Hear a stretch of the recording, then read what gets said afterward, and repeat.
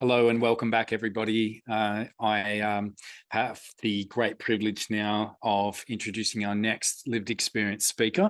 Tharindu Jayadeva is the only male speaker in these two-day e-symposium. So I'd love you to make him welcome. His topic is about giving a voice to the elephant in the room. So using storytelling for impact and change. Which is incredibly important aspect of lived experience is that authentic voice and the agency and advocacy through literally the voice carrying far and wide. So I'd love to introduce him here with his bio.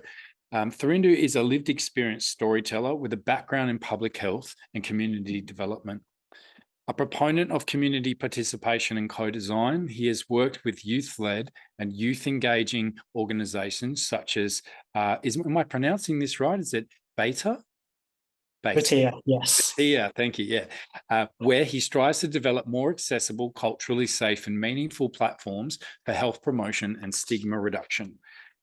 From delivering workshops guided by lived experience voice to advocating for participatory systemic change, Tharindu works to bring collaboration and empathy into the forefront and ensure conversations about mental health are person-centered and reflective of our diversity.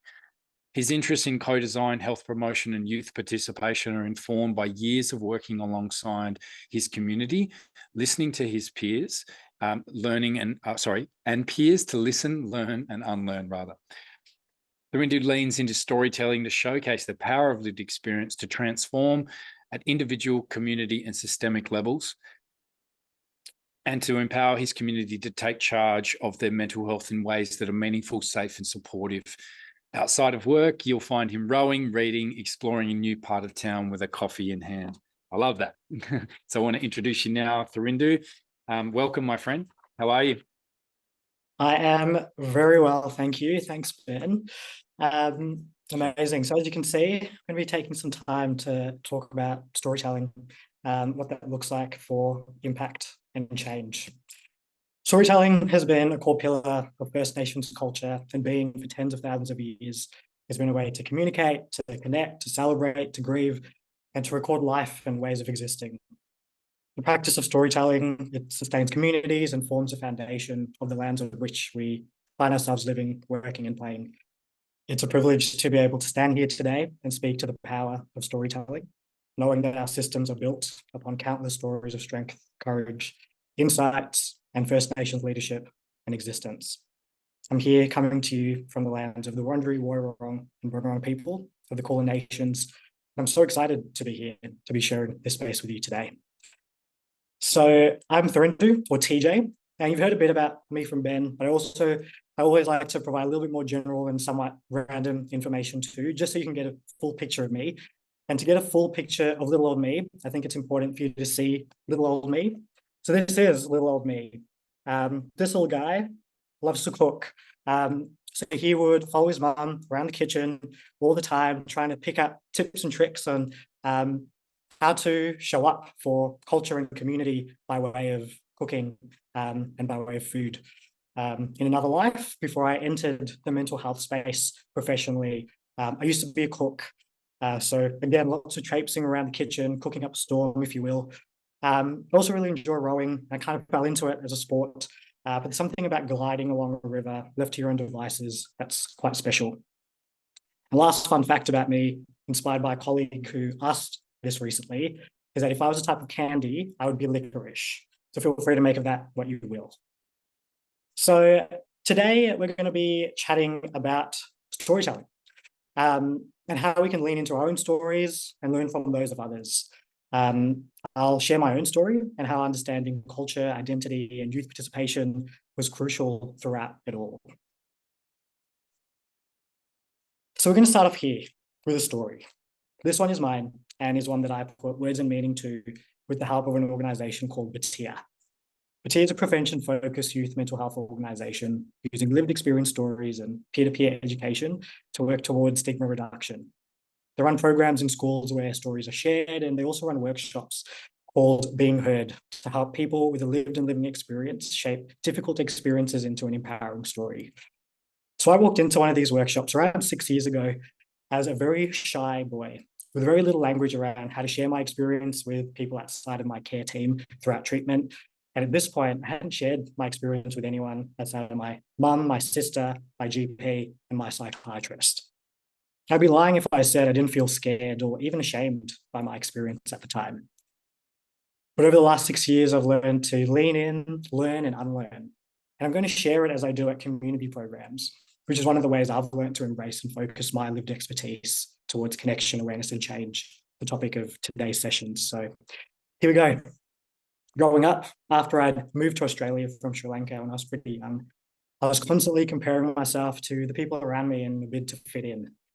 And I was an outsider for a number of reasons: the color of my skin, the way that I spoke, even the food that I brought to school for lunch every day. In primary school, I remember a teacher gave all the other students in my class a stamp on the back of their hands for good work, but he refused to give me one. He said the stamp wouldn't show up on my skin, so I didn't deserve one. I felt so embarrassed, as if I wasn't a part of the class, as if I wasn't good enough. I grew to feel ashamed of my differences and being the problem solver that I was. I decided that the best way forward was to just be like the people around me.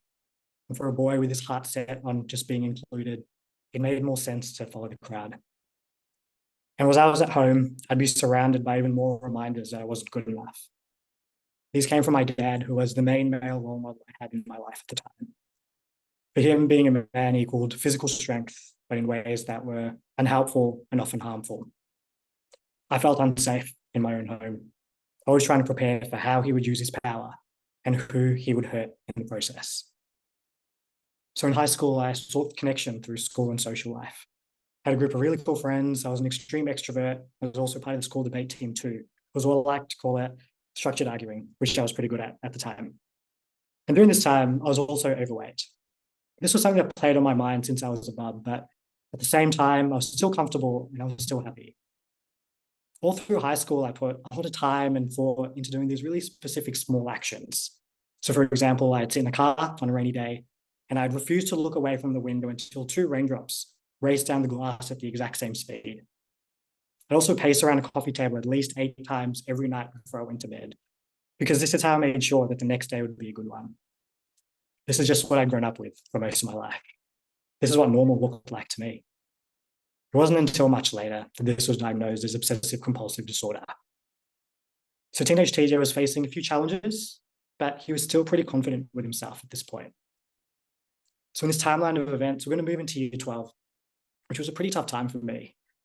That year, I was doing subjects I didn't really want to do, and there were a few different things at play here. I came from a cultural background that valued and prioritized academics and had predefined examples of what success looked like. Unfortunately for me, my visions of the future didn't quite fit into this. So my dealing with it, conforming, just following the crowd as I tried to fit into the spaces around me. But even though it was easier to play along with what other people wanted me to do, it was also super stressful. I was always worried about not fitting in or living up to these pretty high expectations of me. And I was overwhelmed a lot of the time from focusing on school and what other people thought of me. So for the first year of uni, in a course that I didn't want to do, I chose a university where I knew that none or very few of my high school friends were going in a bid to create a new me. At the time, I thrived off connecting with others and had a group of fantastic uni mates. Together, we'd formed a bit of a community. We'd study, we'd have fun together, but that was only when I was at uni. At home, I'd be a completely different person. I was reserved and withdrawn, which was a complete turnaround from the extrovert that I was only a year before. When I was at home, I wouldn't talk to my family. I wouldn't talk with my friends like I would have done in the past. I'd instead surround myself with ideas and thoughts on how best to create TJ 2.0 and how to do it quick. I put so much time and energy into doing this that I just didn't bother doing the things that I genuinely enjoyed. This social isolation and the feelings that I had of being sad and alone became obvious after being so involved and engaged with my family and friends. This would be later linked to depression. At this stage, I started to have an unhealthy relationship with food, and it came to the point where thinking about eating made me feel worried and scared, and I began to monitor the food that I ate. As a result, I started to lose weight. During this time, I became an incredible liar. I'd be lying to my family about what I was eating. I'd be lying to my friends about why I was too busy to hang out. And of course, I'd be lying to myself about why I was doing what I was doing and who exactly I was doing it for, because I sure as hell wasn't doing it for me. And I knew something was a little off, but I refused to acknowledge it to the extent of seeking help. I kept thinking that other people would view me as less of a man. It kind of felt like I was experiencing something that wasn't made for me. I remember feeling three things all the time. I always felt cold, I always felt scared, and I always felt alone every single day. Came to the point where my mum took me to the family doctor, where we had a really good chat. And it was that day that I was diagnosed with anorexia nervosa. My family doctor referred me on to a psychiatrist, and through this, I received regular one-on-one sessions through treatment, and I was also prescribed medication. Something that really struck me about these interactions with this psychiatrist was that they were very much question and answer style. In every session, I'd be asked, have you taken your medication? Have you been eating? Kind of left me feeling like I was just being assessed and not understood. And to be honest, these questions could have just as easily been texted to me to save everyone a whole lot of time. Something that I did, however, learn through this series of counseling sessions was that there was a clear link between my eating disorder and OCD. My obsession with my new behaviors had grown into something much bigger, becoming obsessed with my weight and the way that I looked. At this stage, I was on 2 sets of medication to help me cope with anorexia and something that had since been diagnosed by my psychiatrist, bulimia and depression.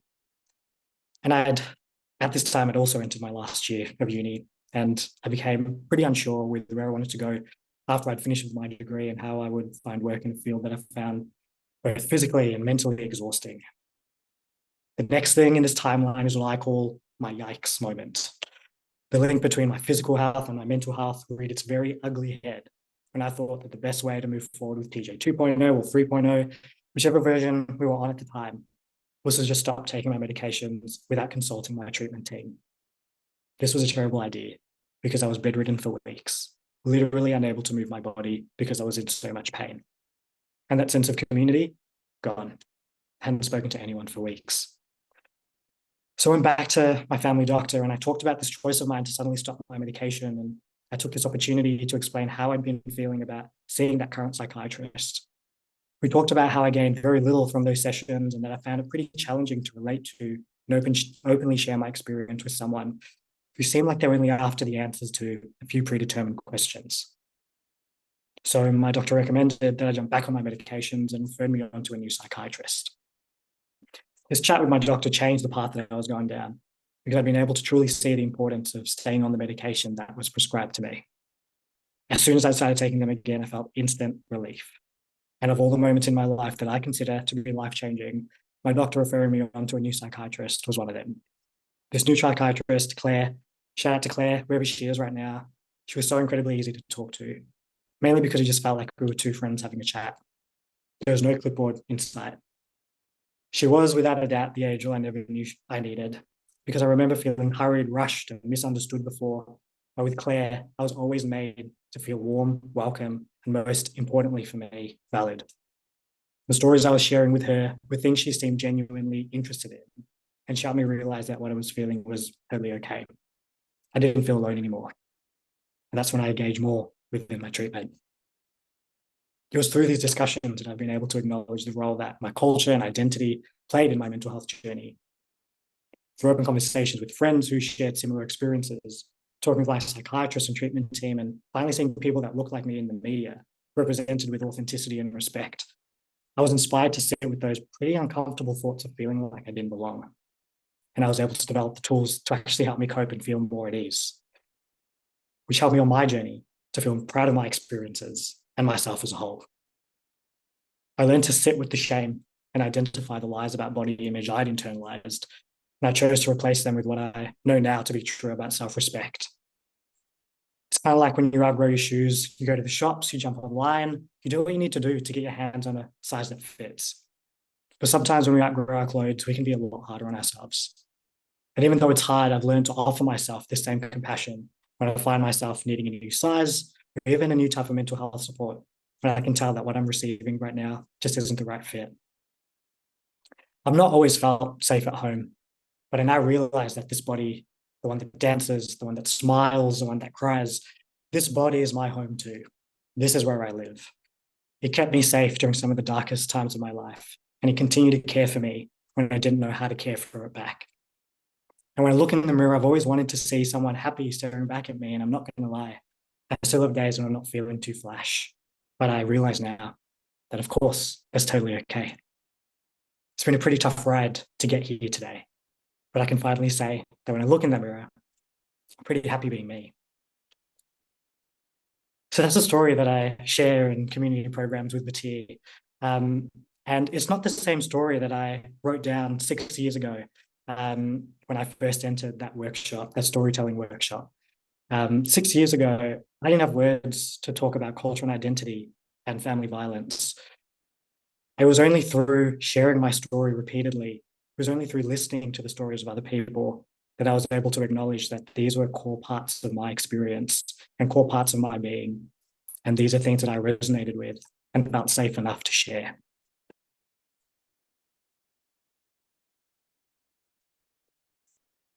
And I'd never seen myself represented in any conversations about mental health or support services for eating disorders for that matter.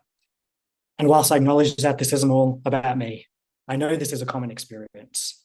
I hear it from young people at schools when I share my story. I hear it from my friends who will ask about whether certain services are going to be safe or even safe enough to engage with as people of colour. We all have a cultural tale, whether it's a story about migration and growing up brown in Australia, like mine is, or maybe it's a story about connection or disconnection with family and ancestry. We all have a tale, which means we all have a story to lean into when understanding and empathizing with voices that aren't heard for a number of reasons. The presence of barriers and, in most cases, active exclusion to engagement invite us all to consider the power of vulnerability and storytelling when we're working towards change. True change is intersectional, and it is trauma-informed, and it is guided and led by lived experience. When we take the time to build these spaces that elevate stories, we understand the person and their context in all of its richness. We leave little room to assume, and we offer respect by seeing all of an individual. And I think sometimes for me, it feels like such big and heavy work when we're working towards systems change. And I always find it helpful for me personally to reframe it through my circle of influence. I know there are multiple steps towards systems change. I know sometimes it can be disheartening and disempowering when you feel like your voice or your story isn't valued or heard. For me, I've dedicated time and energy and learned from others to build up and nurture a circle of influence around me. I feel quite privileged that I have a network of community and a collective of people who share similar stories, who are invested in change and are ready to engage in healthy and supportive and radical debate around how we get to systems that will change, which are a few layers of the circle of influence beyond. But I know that I have a circle of influence. I know that everyone in the room today tuning in has a circle of influence. Now, I've benefited greatly from the practice of participation. And when I say participation, I refer to the practice of engaging people in projects and decisions that will inevitably impact them in their communities now and into the future. We see it happen all the time, decisions made without the insight and expertise of the people who these projects will impact. For me, I've been a participant in these projects. I've also been the one to support the participation of the projects.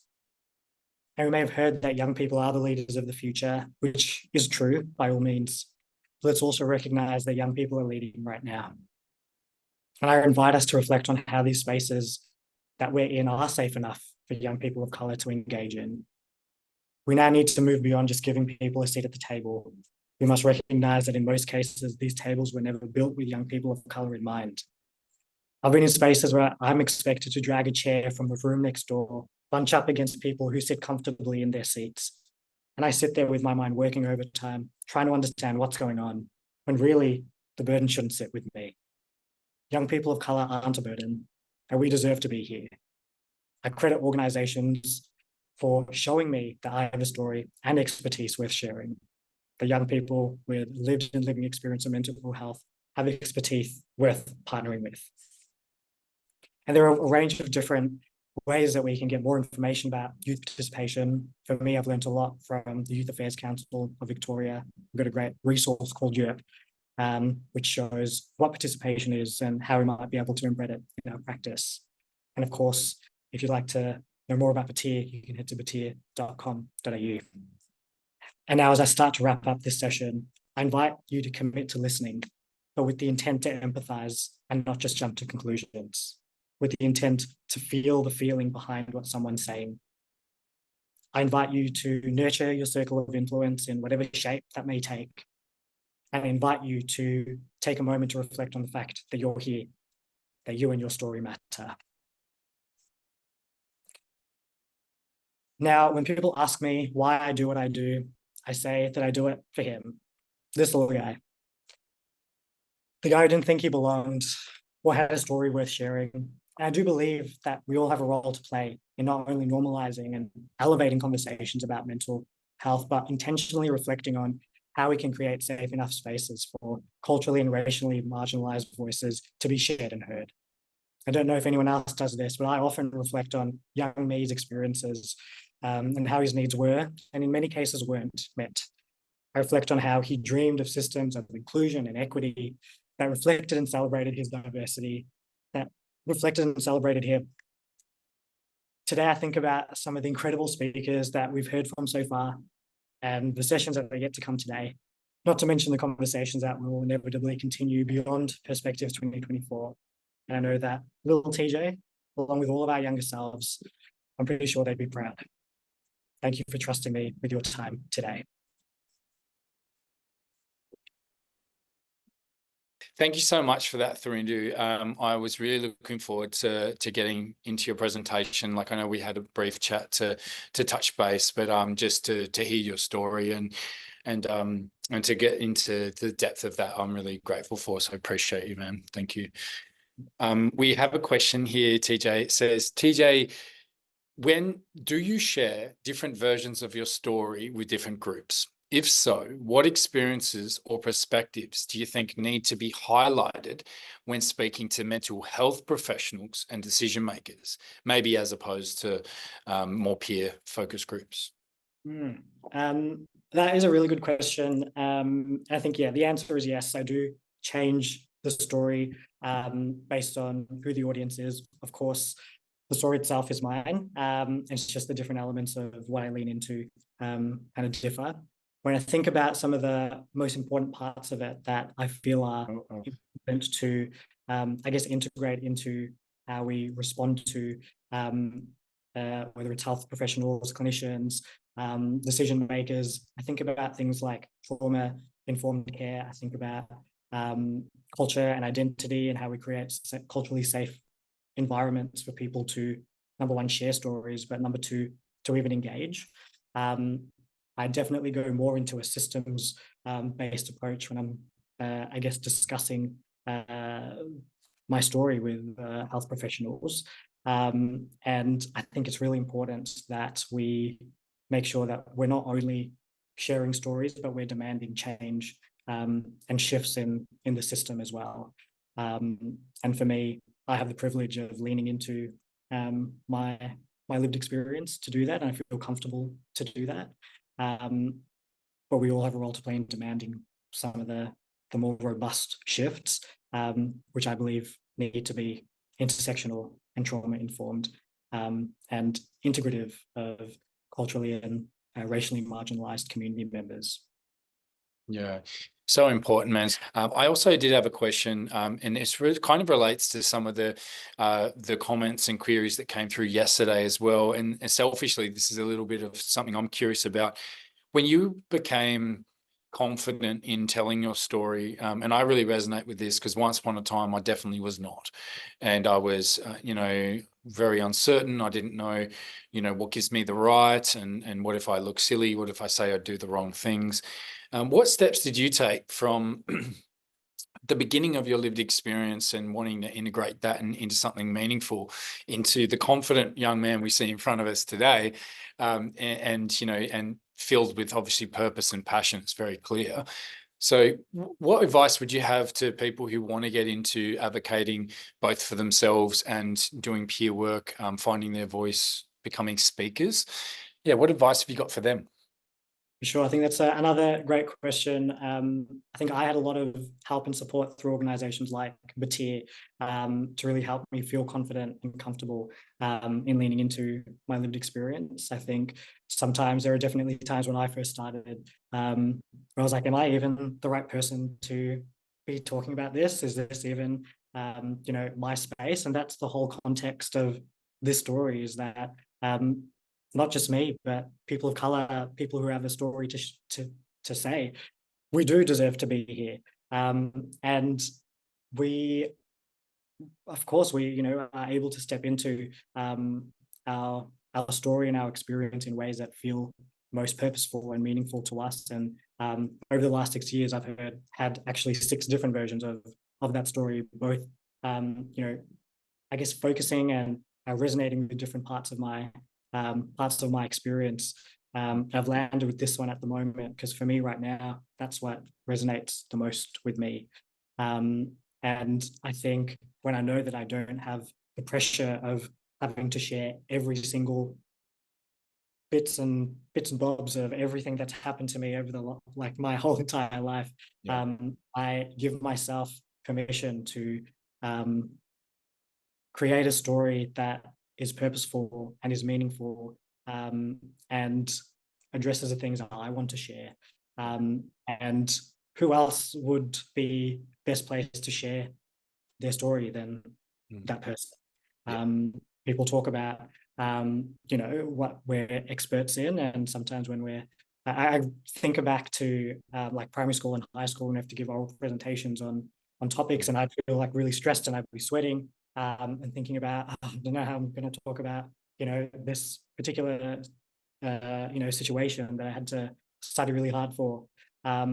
But this particular story that I'm saying, I don't need to study it. I've lived it. As everyone in this room has lived a story as well. And I encourage everyone to first be curious about what that might look like when we lean into it for the purpose of impact and change. Yeah. Beautiful, yeah. And I love, like, just if I could reiterate something you just said there, which was what I'm hearing as well, if you've got this correct, is it's like speaking to what is real and alive in you at that time, right? Like in my own expression of when I'm talking, I might speak to my, the depth of despair and suicidality and all of these powerful things that came with that. Or it might be focusing on the message of hope, and it might be sparing in those details, or it might be speaking to my otherwise fairly privileged upbringing and still having the crutch of and lower impulse control over substance use, despite having all of the things that, air quotes, I should have, been able to, with those things, avoid those outcomes, So yeah, I really love what you're sharing there. Also, Kirsty here says, thanks for sharing, TJ. Have you ever experienced a vulnerability hangover after sharing? How do you handle that? Yes, I definitely have. I think over time, I've been able to, I guess, put some things into practice to help support myself post sharing a story. Whether that is, I usually just lean into things that I know are elements of self-care, but also community care. Yeah. I know that I have a community around me, and everyone has a network of some sort to lean into. And I lean quite heavily into the collective that I'm privileged to be a part of, to reflect. And I think reflective practice is a really big part of this as well, for me to just give some space, usually out in nature, to just de-stress and to de-zone, really. But 100% vulnerability hangover is a thing. For sure. And I just wanted to actually just swing over to the chat. Kylie said, we are our own experts. No one knows us more than ourselves. Here. And our journey is our own, and we have the power of what we share. Couldn't resonate with that more. I don't know if we even just we have only got about 30 seconds, but maybe you just want to share a reflection on that just to close us off. Yeah, for sure. I could not agree more with some of the reflections there. Our journeys are inherently ours, and of course, they link into the broader collective of, the experiences and the structures and the systems that we find ourselves a part of. But we all have a role to play in leaning into a journey in ways that feel safe enough for us to hopefully shift things when it comes to these systems and structures, and also to feel more purposeful and meaningful in being moving towards impact and change. So 100% agree with what's been shared. Beautiful. Yeah, lovely place to wrap us up there. Thank you so much, Tharindu. Pleasure to meet you, my man. Yeah, if you want to connect with Tharindu, please check out the wonderful work they do. It's in the the resource section. And also you could probably connect with TJ on LinkedIn as well. Thanks for watching. Explore more Perspectives 2024 on Finding North Network's YouTube channel. Find out more by visiting findingnorthnetwork.com.au or email info@findingnorthnetwork.com.au.